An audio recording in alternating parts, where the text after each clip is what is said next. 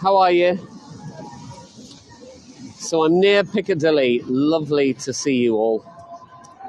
It's been a bit of a trek to get here because a lot of Argentinian people are out on the street celebrating Argentina winning the World Cup on penalties. Sorry, spoiler alert. There are thousands here in Piccadilly and even more so in Trafalgar Square. If you do like football, it was phenomenal. But they're happy. The Argentinian football supporters are happy. Here I am, and it's very wet and very cold, but it's okay. We'll try and keep a signal on the way, but there are quite a few people here in the West End tonight. We're going to take a walk up to Carnaby Street and see the lights there and talk a little bit on the way. Thank you so much for joining me. Let me turn you around straight away and show you that we're quite close to Leicester Square. You've got the Prince of Wales Theatre in the centre there, showing the Book of Mormon. It's now the longest running, most popular show that's ever been at the Prince of Wales Theatre. When it opened originally, the Book of Mormon, it caused a bit of a stir, of course, because its writing was by the two South Park creators. And the Mormon Church, the Church of Jesus Christ of Latter-day Saints, they thought, well, if you can't beat them, join them. So they stood outside with little placards saying, well, you've seen the show, now read the book. Well, we're going to take a few side roads that we don't normally take because the main drag, as they call it, the main roads are really packed. We're going to eventually end up on Carnaby. The red in front of us is the Windmill Theatre, which was one of the only theatres to stay open during the Second World War. The other one, in the middle of Piccadilly Circus, the Criterion, stayed open simply because it's 90% underground. It's only the lobby, the box office, the will call that is actually on ground level. Everything else is underneath. But the Windmill was run for a while by a woman called Laura Henderson. There's a very famous film called Mrs. Henderson Presents, starring Judi Dench and Will Young, the late great Bob Hoskins. And she wanted to have some kind of new dancers, table dancers really, but she wanted them on stage. But local authorities said, well, this is tantamount to depravity. So she thought of a good idea. She thought paintings and sculptures which don't move were considered art. And she thought, well, I'll create art. So Laura Henderson at the Windmill Theatre would have her models posing in different, maybe periods of history. And then the lights would go off. They wouldn't move, the dancers and the models wouldn't move at all. Then the lights would go off and the backstage crew would end up moving the set and the scenery around. And then the lights would come up again. They called it tableau vivant. And it made a fortune, actually, for Laura Henderson and all the other folks involved. People like Michael Bentine, Peter Sellers, Bruce Forsyth, some great British entertainers performed here over the years in cabaret. And now it's more of an adult revue bar. Now, I've been an actor 25 years. I've performed in a few of the theatres and worked in a few others in other capacities. The Windmill says table dancing. This is not one of the places I've ever performed. I'm not that good, that kind of thing. So we're on Great Windmill Street. We'll pop back down Shaftesbury Avenue to show you three of the theatres that are closed tonight. It's a Sunday evening, so most of the shows don't open. And the theatres don't open on a Sunday evening, but a lot have Sunday matinees for families. So there are three more or less next to each other, the Gielgud, the Apollo, and the Lyric. all pretty much built at the same time. The Apollo and the Lyric, which are right next to each other, both opened 1904. The Lyric is showing Get Up, Stand Up, the Bob Marley musical. If any of you have been to London, say in the last 10 years or so, you may have known that it was showing Thriller, Michael Jackson, or Jackson 5 musical just before then. One of the saddest stories to do with the Lyric was in 1984. There was a Joe Orton play called Loot. One of the great British actors, Leonard Rossiter, during the intermission, during the interval, he was well known, and I know a guy that worked with him, Clive Greenwood, an older actor, worked with Leonard Rossiter, and he said that his best friend was the understudy to Leonard Rossiter in Loot. And he would always stay in the wings, and he would never leave the stage, never go to his dressing room once the show was on. And the second half had started, and they couldn't find Leonard, even though he wasn't on for 10 minutes. They thought, this is a bit strange that he is now not in the wings. And they went up to his dressing room, they knocked a few times, and then they let themselves in with the key from stage door, and poor Leonard was just sat there in the seat. He had had a heart attack and passed away at the interval, the intermission. The theatre next to it, the Apollo. I don't know if you folks from all over the world know this man, Derren Brown. He's a mentalist. Has amazing mind-reading tricks. This is his new show, Showman. But the Apollo is quite famous for having the steepest balcony. It only holds about 900 people. But the balcony, or the gallery, the top gallery, the third balcony, if you like, is one of the steepest. You're more or less looking at the top of the actors' heads. It's also where the show The Curious Incident of the Dog in the Nighttime was on a few years back, when the ceiling collapsed. Quite a few people were injured, nobody seriously, thankfully. And the front of house staff were heroes. They managed to get everyone out safely. But if you don't know much about Derren Brown, do catch his stuff. Loads of his shows on his TV specials. He's a fantastic entertainer.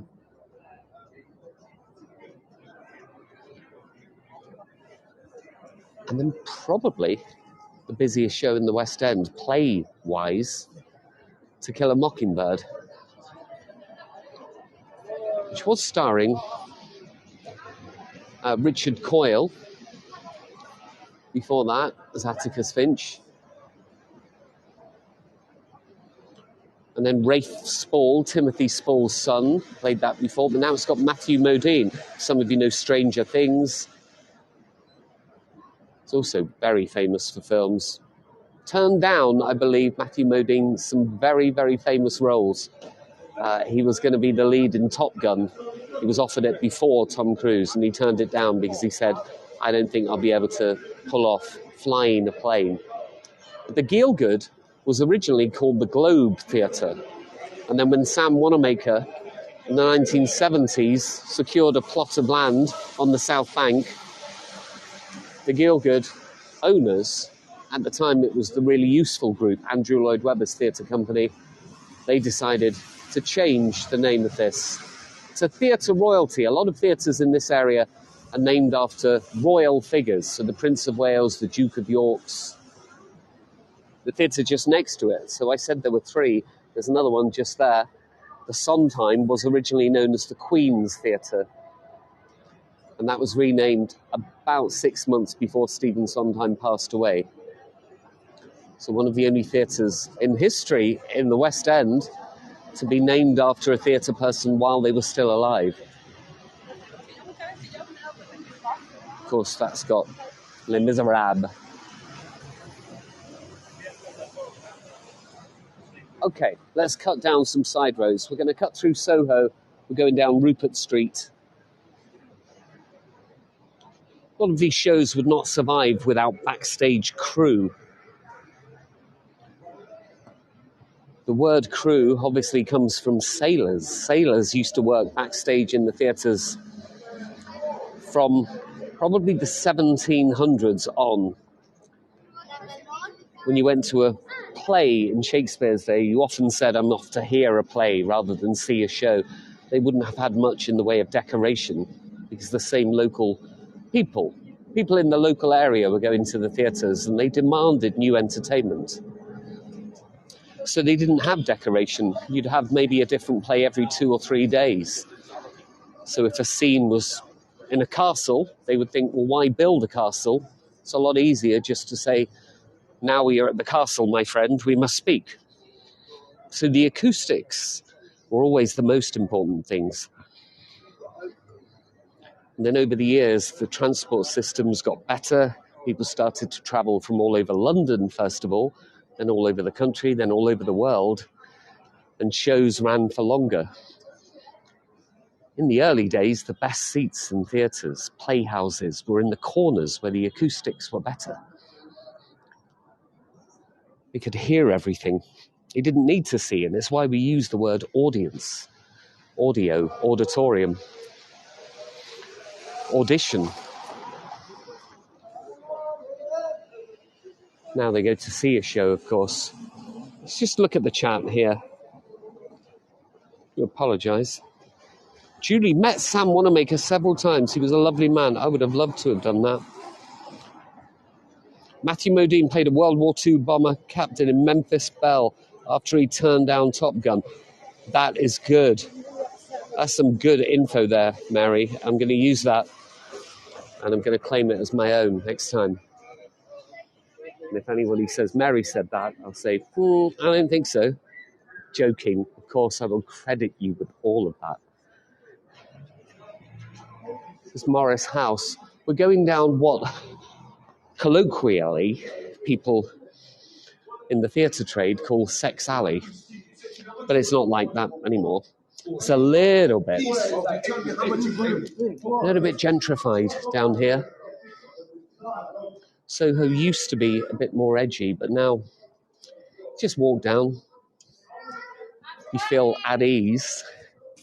Some of the more adult-orientated premises are still here. But I think maybe 5-6 years ago, certainly in the early 2000s, certainly the 1990s and 80s, if gimbals and smartphones as it had existed, I wouldn't be walking down here now. But the road itself is Berwick Street. There's a pub just up the top, the Jon Snow. Well, after Jon Snow, Game of Thrones, Jon Snow, the epidemiologist, who isolated cases of, well, quite a few illnesses were isolated to one water pump in the area. When they turned off the water pump, a lot of these illnesses just stopped. And they named a pub after him. He became a very well-respected epidemiologist. But this idea that sometimes, I think they call it Occam's razor, when you've eliminated everything, the most plausible, simple answer has to be the real answer. And they said, well, people are drinking water from all of these water pumps, and people around this area seem to be the most ill.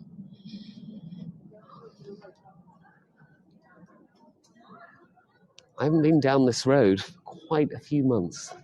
So this is a bit of a trek and a bit of an exploration for myself as well. We were going to walk up Regent Street. We've seen Regent Street lights on quite a few other tours, including mine, but quite a few. Gary's been there, Natalie's been there, Nick has been there, and myself. Maggie has been there. Regent Street is packed with people. They're blue and white Argentinian flags. So I thought, why not?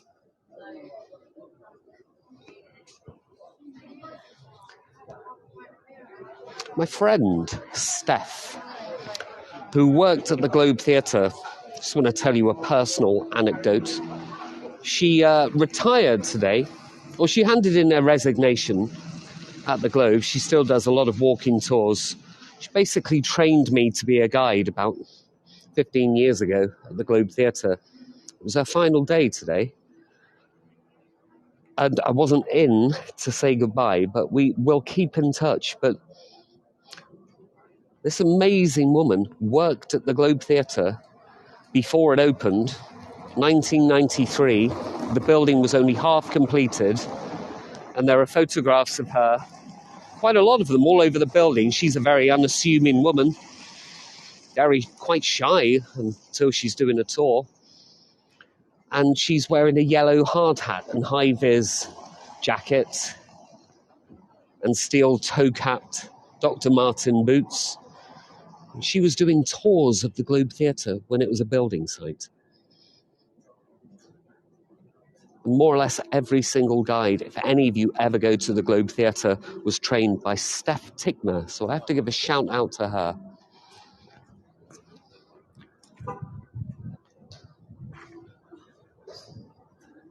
Oh, this is lovely to come down here. So quiet. Of course, it's a Sunday evening.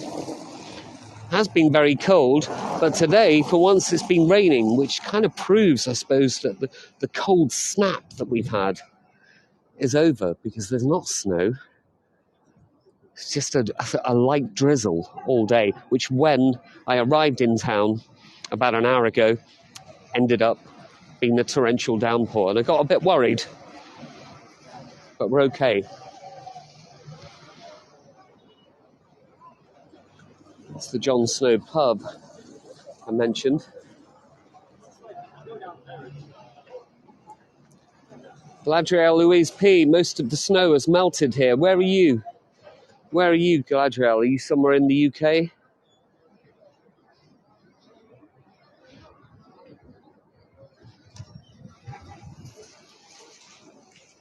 Bedfordshire. Yeah, most of it has melted here. It's just puddles of water now.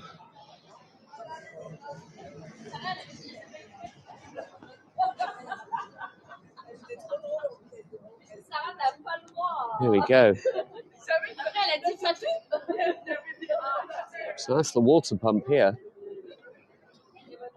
All they did, Jon Snow said, it's cases of cholera mainly, but quite a few other diseases as well, caused by drinking water. And he said, turn off this pump, and I think you'll see a change. Catherine P., hi from Ireland. Hello to you. Family in Cork and Cavan over there. I know they're getting the brunt of the cold at the moment. So we're approaching the middle of Carnaby Street, and for anyone that's joined the tour in the last 15 minutes or so, we had a World Cup final on, and the Argentinian people and the Argentinian supporters are celebrating in London. So we're taking some side roads for myself. This is quite fun as well, because I haven't been down this road in a while. But it just means we can keep a signal. And if you were on this tour the last time, we had some signal issues. We haven't had any so far. But I wanted to show you the Carnaby Street lights. Carnaby Street, of course, synonymous with cool, like the King's Road, the swinging 60s. A man called John Stephen said he was the Michelangelo of fashion. This is where the cool cats would hang out. And that was where all the tourists in London come as one of their stop-off points. There are quite a few. Obviously, you've got St. Paul's, Westminster Abbey, the Globe is one of them, Camden, Piccadilly, and here on Carnaby Street. The lights are fantastic. It's a company called Choose Love.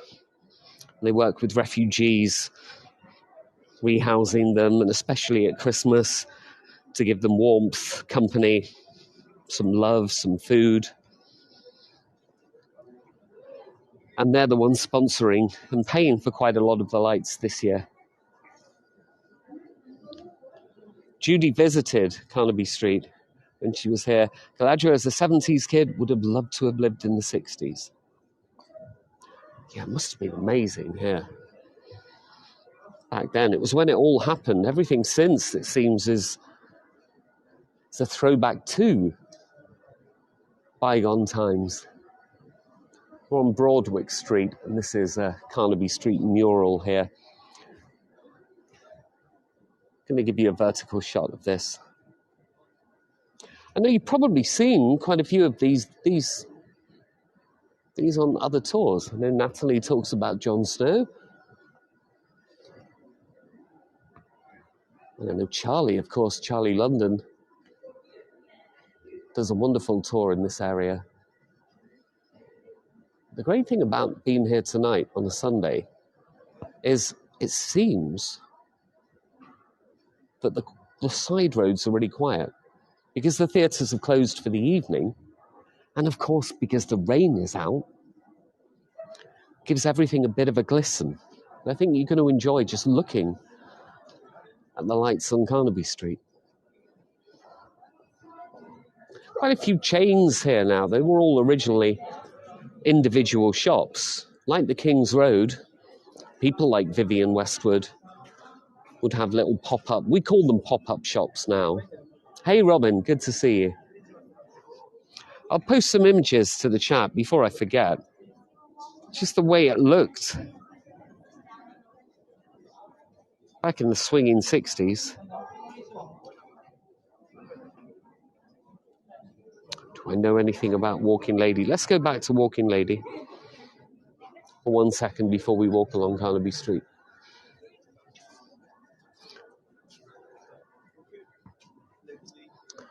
So this is what we call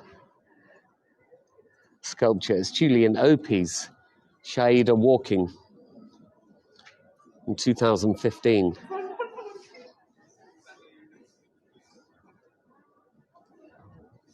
Simply an idea to show that people move, people keep walking, and maybe it suggests to us, and this is obviously somebody that is exercising while they're walking, that we should stop for a minute and look around us.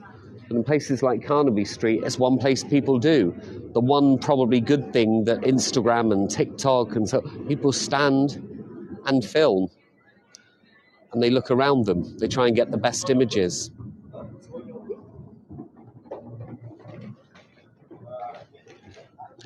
Robin said they had one of those on the steps of the courts downtown NYC. Oh, Robin, I do hope you feel better as well. Sending you love. Yeah, Julian Opie, Shaida Walking. Simple, yet quite hypnotic.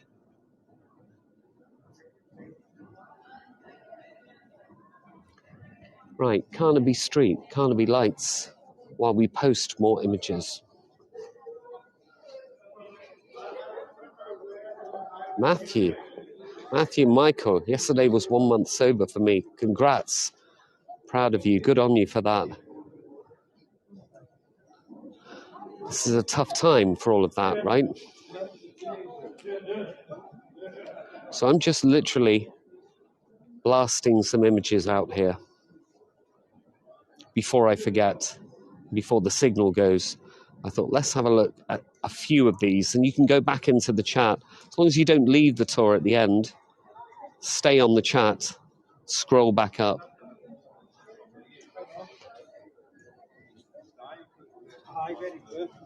Trying to get a view of what we're seeing. I believe this final one is not too far off it. Oh, Heygo. Look at this. This is the best of 25 years of Carnaby Street lights and decorations. What I did the last time, because it's quite a narrow road, Carnaby Street, I walked up and down it with a vertical shot, with an Adam shot. And I think I'm going to do that now, just because It's all above us. So this is what I'm going to do for a bit. So apologies for the chat that I might not be able to see it unless I turn my head 90 degrees. But I thought this might be nice. Anyone wants to take postcards. And the glistening streets, of course, look fantastic. We'll go to the end and we'll come back again. I was watching some of Aaron and Patrick's tours of New York. And New York, the lights there are phenomenal. And what gets me about the US so well is that people in residential areas really go for it with the Christmas decks. They really try and outdo each other, and I love that. So you can walk down one street, but every single subsequent house, they're thinking, well, we're not going to be outdone by next door.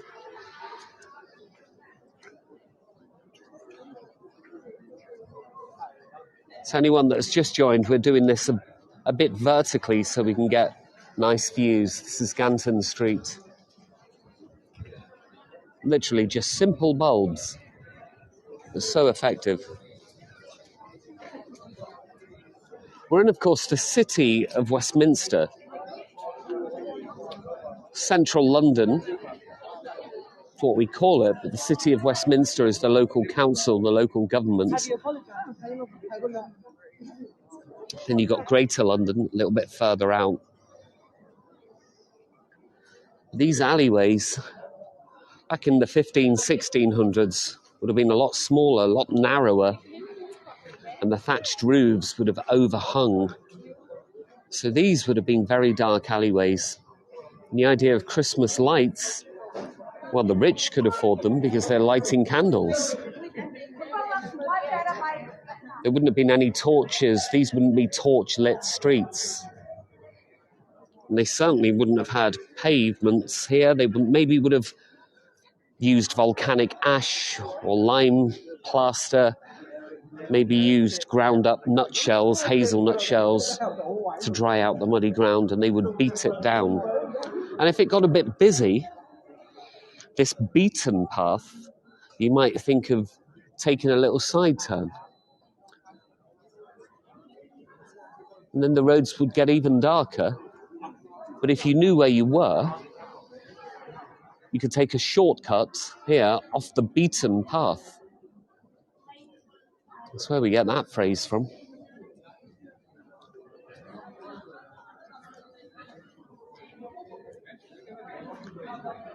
Of course, before the innovations of street lighting.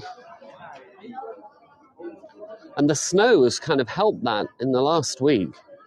Although it's been a bit treacherous on the sidewalks for people to walk around when it's below freezing at night and it has snowed and it's turned to ice.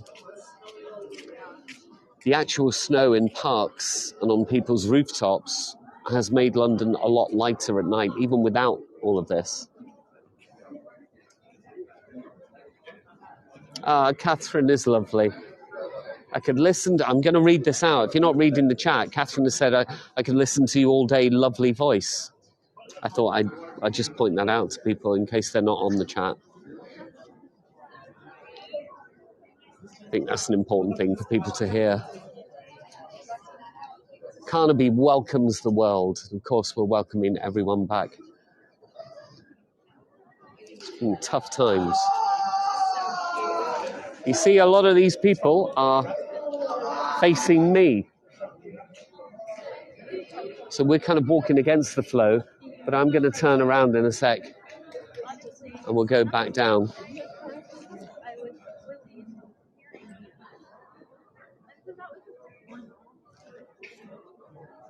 Approaching Argyle and Great Marlborough Street, the Dukes of Argyle and Marlborough owned this area, and that's the site of the London Palladium. Let me take you back to horizontal for a bit. Oh, thank you, Kathy. You're very, very welcome. Sam said this time last Sunday, poor Natalie was slipping and sliding and a fury of snow coming down on her. This Sunday it's completely different. I remember that. Robin said, could I please go back to the screen in the regular way? Robin, I read your mind. We're going to go back the regular way. We're going to go down the road the regular way.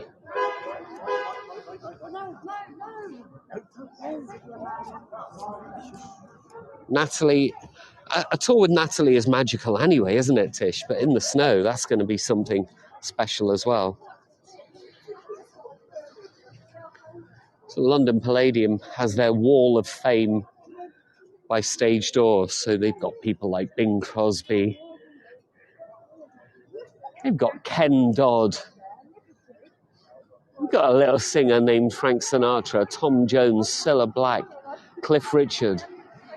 A little low-key performer named Liberace. Basically always turned up on stage in his car.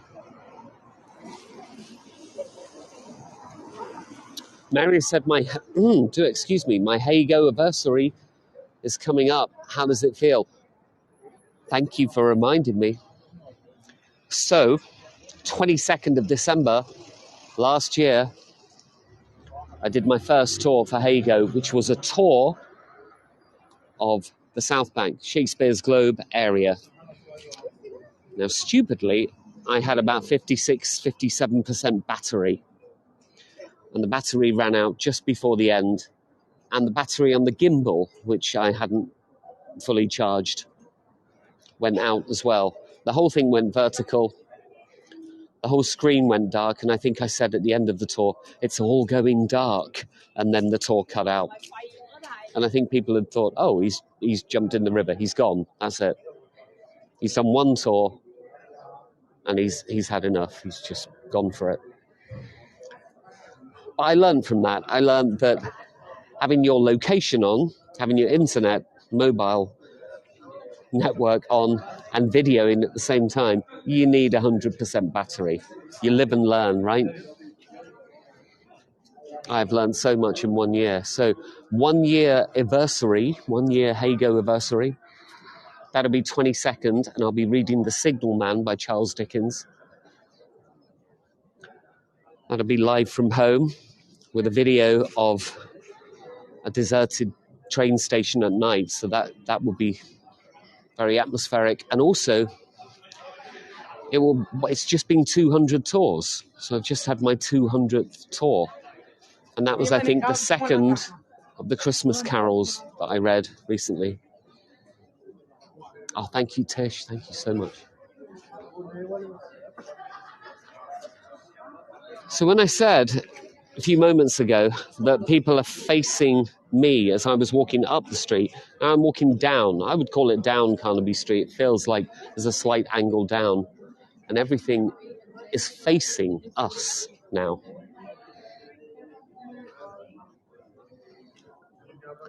Is this just fantasy? Look up to the skies. We're talking Bohemian Rhapsody.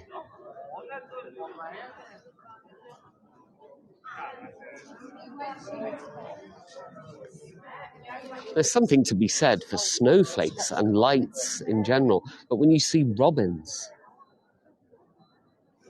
not just Robin here on the tour, and you see snowmen, and you see glittery crowns and glittery Union flags, it's quite nice, and it does give you a sense of pride that Carnaby Street seems to get it right every year.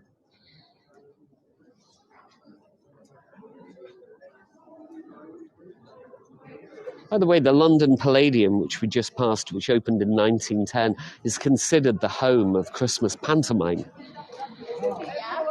Had many famous performers, but for many years, people like Des O'Connor and Cliff Richard,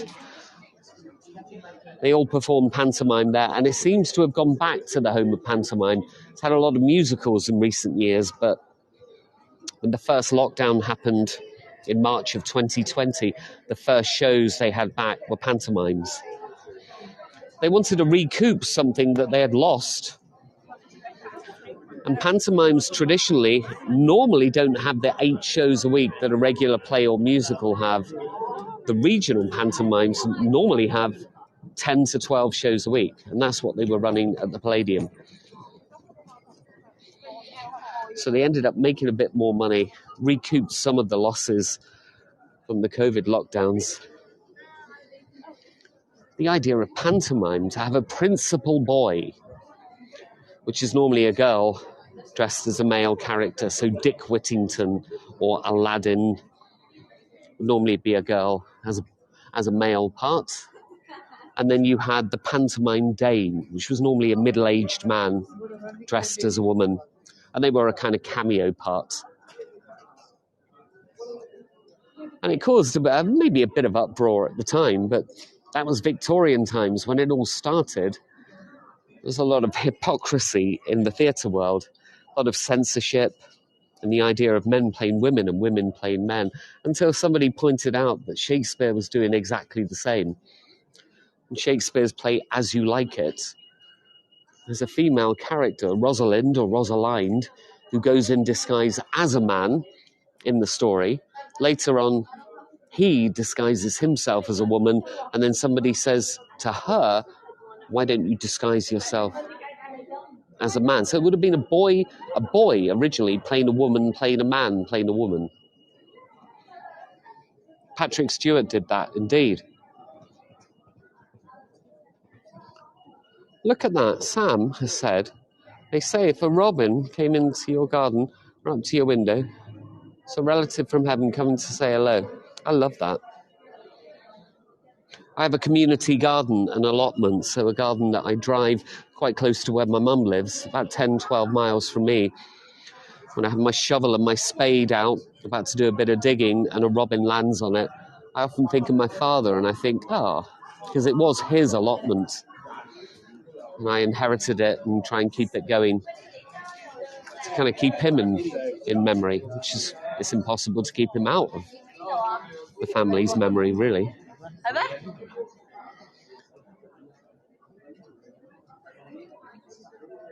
They say it's a cardinal in your garden, as in a cardinal like a bishop. So if you see a cardinal, I think I know what you mean. Yeah, I'm joking. Imagine like an actual cardinal, Cardinal Wolsey or a bishop turned up in your garden. You think that's good luck. But secondly, what are you doing here? Widow Twankey. Yeah, there's a slight issue with some of the shows, isn't there? That they're not historically accurate. Widow Twankey in Aladdin. I like the idea that back in Shakespeare's time, you had obviously celebrations of Christmas, but we had a period where Henry VIII decided to go way against the Catholic tradition. So there were 115 saints' days, feast days, which he did away with. And then they decided to have the Christmas celebrations properly from the 24th. So it was unlucky to put your decorations up before the 24th of December, and it was unlucky to take them down before 12th night, the night of the 5th of January. And Shakespeare wrote plays that their first performances at court were on 12th night. So we know The Winter's Tale, it's got to do with winter. They mention winter. There's not much to do with winter in the story. That was first performed in a private court theatre for aristocracy on 12th night. And he also wrote a play called 12th Night. But the play has literally nothing to do with 12th night. So a lot of the Christmas celebrations in Shakespeare's time were just the same as ever, but they were bawdy, funny, normally comedies, sometimes romances, but every now and then you had a tragedy. So we know that Macbeth was performed on a 12th night during James I's reign, and Macbeth is one of the saddest plays, one of the most tragic, but it was given a Christmas celebration performance. And then pantomime, when that took over in the 1800s and early 1900s, you often find that those stories have nothing to do with Christmas either. One of the most famous is Cinderella, and then you've got Dick Whittington, and Dick Whittington was a real Lord Mayor of London. He designed a toilet in London called Whittington's Longhouse. He commissioned it, 128 seats long, and it stood near Vauxhall, not too far from Battersea Power Station and not too far as well from the US Embassy. But it was called Whittington's Longhouse, 128 seats, running water, they gave you goose feathers. Imagine that at the time. Must have felt like all your Christmases had come at once. There was this nice way of going to the restroom. Goose feathers for what, Tish? Don't you ask me things like that. I think you know well what they were for. Yeah, and the English love a good murder at Christmas. They do. They do love ghost stories. And I'll be reading The Signal Man. I know that Nick's doing a ghost story for Christmas. If anyone has not watched the TV show, the BBC TV show Inside Number 9, they always do great Christmas ghost stories on the BBC if you can get that.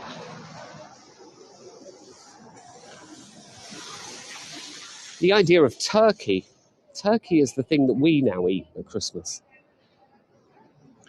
But turkey is more a Thanksgiving thing, of course, in the US.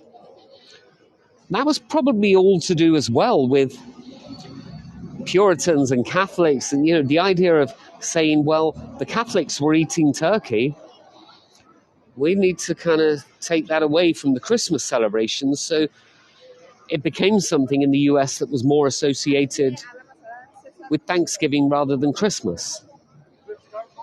So we have a mix of different traditions here.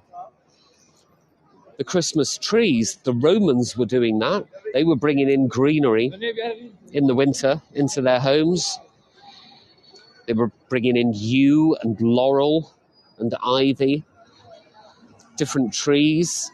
I made a joke the other day, and I was quite proud of it, that doing all of that would spruce up your house. So I don't know if they brought in spruce.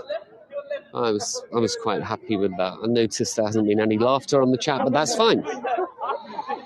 Thank you. Yeah, isn't this lovely? Brenda said, probably right, the Pilgrims didn't eat turkey, although that's what I was told in school. It may well have been that. The big food during Henry VIII's time was roast beef. The turkey was introduced to England, I believe, in around 1520, so it was eaten, but roast beef was the traditional food at Christmas. This is so lovely, isn't it?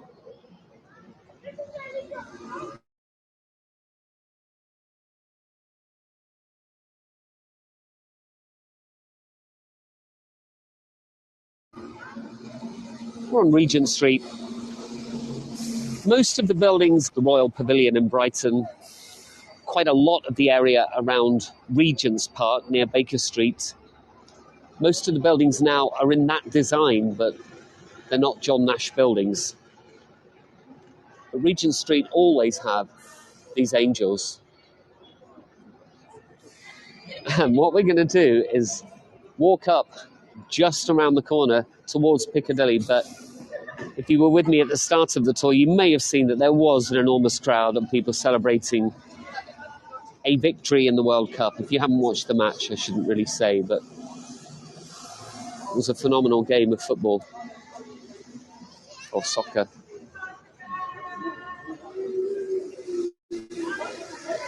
And then, of course, in Dickensian times, people are talking about pheasants here, they were eating goose. Goose was the most popular food. And then I suppose we went the way of our lovely friends in the US, and the turkey took over for Christmas for us.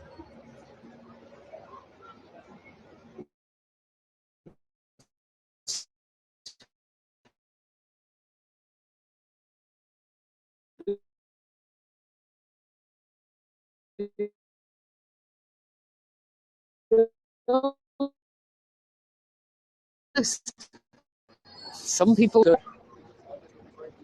the idea 400 or flesh at Christmas. A lot of people were vegetarian and vegan not by choice, not through the thoughts and the kindness of themselves, but because they wanted to eat meat, but they couldn't afford it. So we had beef, then we had goose, now we have turkey, and now we have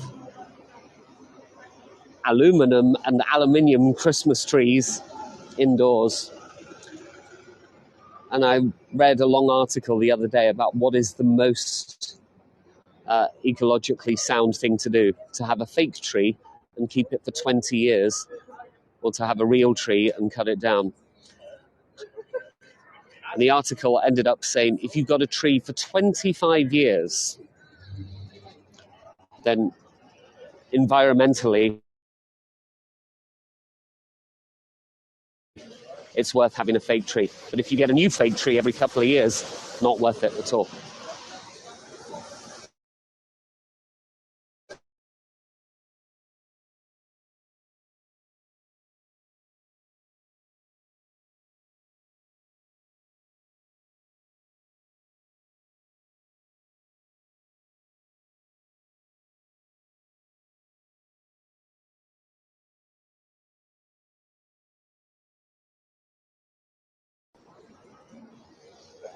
Wow.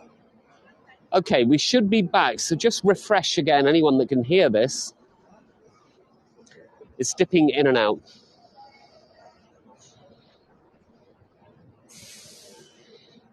Yeah, we were going to stop further up, but I thought, well, stay with me for a second. We'll just come to the end of Regent Street. Even if the signal goes, I'm not saying anything of too much importance here towards the end.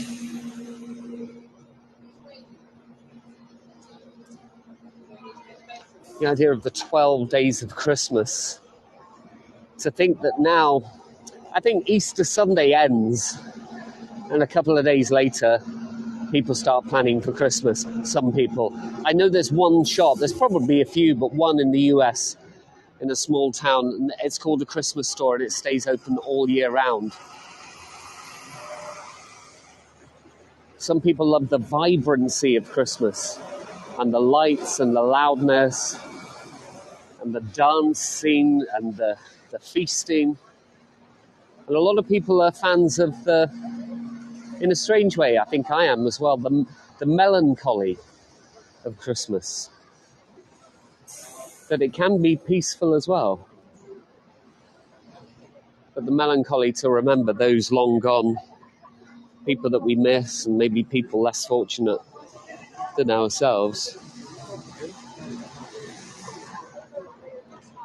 I'd like to thank you all for joining me tonight.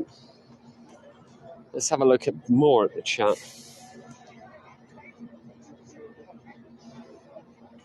Becky said, thank you for another pretty light. I love your stories and general banter. Oh, that's lovely. You're so welcome. Janice has asked about the 12 days of Christmas. The 12 days of Christmas start on the 24th and they end on the night of the 5th of January.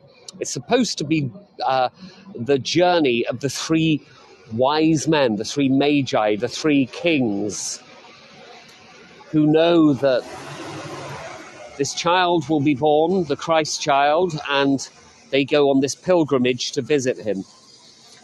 And the night of the 5th is the night they have finished their journey and they've met this child. And then the 6th, you have the Epiphany, which is the announcement to the world that the child has been born. So the way the 12 days of Christmas work, it works from the 24th to the 6th. But modern Christmas celebrations, they seem to start a little bit earlier every year.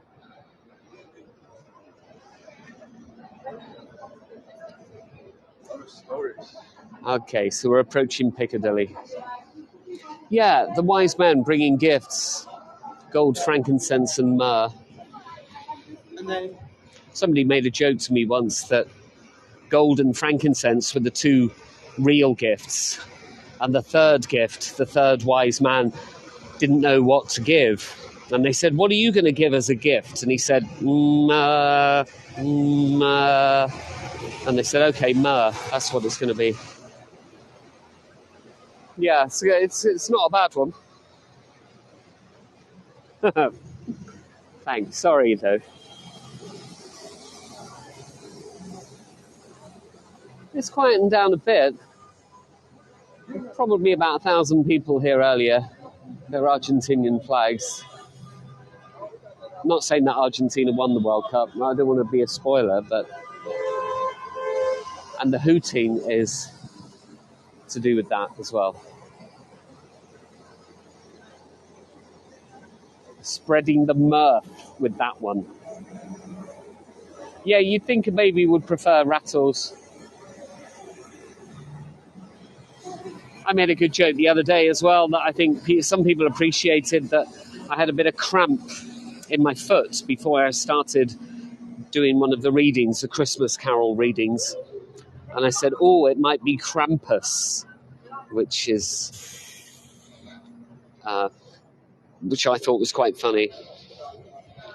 Krampus. Okay, I'm going to send you back to me now. Here I am, just so you can see that I'm here. This is not my real hair, this is a hat. It was cold, it was wet, gave it a go. Here I am. Yeah, it's Yule. Galadriel is more pagan. Well, the name Galadriel, I like that. So the idea of a Yule log. So when they cut down the tree, they cut an enormous log and they burnt it for the entire 12 days of Christmas. And so it must have been an enormous log. But it was more in medieval times because they used to have great halls. If you watch things like Game of Thrones or Lord of the Rings, they have these enormous halls. The thing is, in Tudor times, they started to live more in chambers. The last great hall was, by the way, this guy's trying to do some business here. I'm going to walk back. I've heard this song about 600 times already in the last 2 days. So a Yule log now is quite a small thing, and obviously it's chocolate as well, whereas in the UK we normally have the more spiced things like Christmas pudding and mince pies. But they stopped burning the Yule log for the 12 days of Christmas in England when the great halls stopped being built. In Tudor times, the rooms became smaller, and it would simply be too smoky and too smelly and too dangerous. But originally it was burning a massive log for 12 days. There we go. Right, guys, thank you so much. Lovely to see you. Join me for my little reading in a few days. I'm going to be reading The Signalman by Charles Dickens. Please take care. Thank you. I surely will. It's a lovely, lovely evening. And people are happy and out and about, and the rain stopped, which is wonderful. Thank you for any of your comments and joining me and just being with me in general the last hour or so. Thank you for any contributions. It'll help me get my train home. But just thank you for being here. I'll leave you with a view of what used to be my favourite shop in London, and is now always used as a pop-up venue for different departments. This is the old Tower Records. Came from the US. This was the Tower Records in London, and it was open till midnight every night. And I used to come up here at 9, 10 at night just to look at the records. And it was 6 floors. It was just bliss. Thank you, Cynthia. Thank you. Thank you, Abe, Jan, Simone. You're all so lovely. I'll leave you be. Join me for my readings. Follow me if you want. You're very, very welcome. And lots of love to you all. Thank you so much. Take care. Happy Hanukkah, guys, in the next few days. Love to London.